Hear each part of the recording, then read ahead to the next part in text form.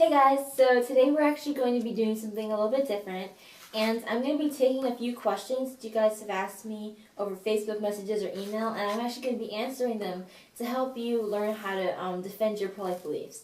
And so today the first question is from a friend of mine, Nathan, and it says here, "Hey Angie, I have a pro-life question for you. How would you respond to someone who claims the fetus or the child is biologically a part of the mother's body and is therefore hers to do with as she pleases? I've been finding that question hard to answer, so if you have an answer or know of a good resource I could use, I would really appreciate it."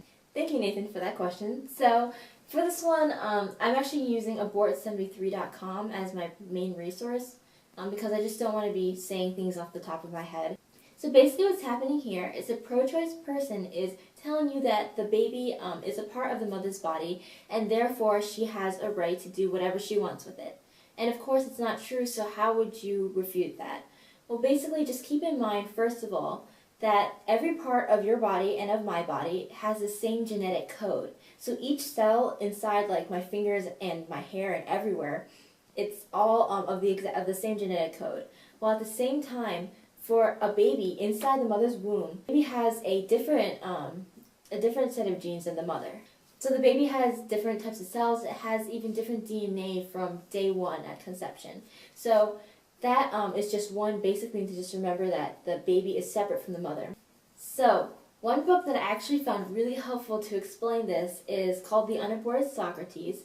I'll put a link to that in the description box below.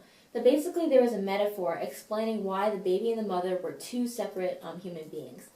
And the metaphor came in the form of a wall. And the wall has let's say 20 bricks in it. And you would say that there's one wall but there's 20 bricks.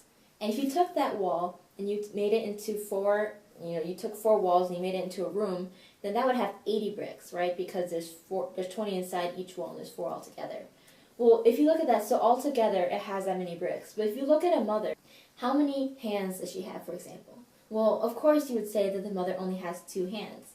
But see, the problem with that is that if you believe that the baby is a part of the mother, then that means that during that time when the mother is pregnant, she has 4 hands, because there's 2 hands inside of her stomach and 2 hands that she actually uses. So the same would work for other body parts as well. So a mother would have 4 feet, 2 hearts, 2 heads, 2 bodies really.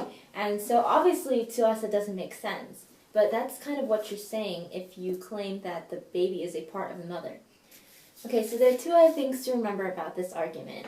First of all, because the woman did not make the baby by herself, like a woman cannot just become pregnant someday. And so because of that, you cannot really view the baby as just an extension of the mother's body.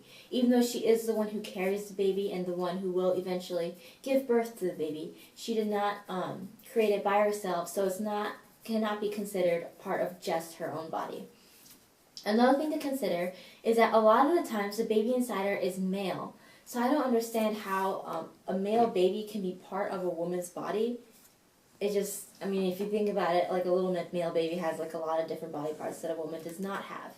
So that's just another thing to keep in mind. So just if you think about like scientifically and logically, it makes sense that the baby is a completely separate entity from the mother, even right at conception. And the main argument for that, I believe, is the fact that the baby just has a completely different set of DNA than the mother does. Alright, so to finish off, I would like to read this conclusion from the Abort73 website. It says, "No matter how you spin it, women don't have 4 arms and 4 legs when they're pregnant. Those extra appendages belong to the tiny human being living inside of them. At no point in pregnancy is a developing embryo or fetus simply a part of the mother's body." So I hope this video helps you guys with answering questions whenever people confront you about these kind of pro-life issues. And if you guys have any other questions that you want me to do video response on, then be sure to comment below, or you can email me at, I think it's missangela.a.kim@gmail.com. So I'll put that across right here. So yes, and yeah, if you guys really like this video, if it was actually helpful, please give it a thumbs up. Don't forget to subscribe. I'll see you guys later. Bye!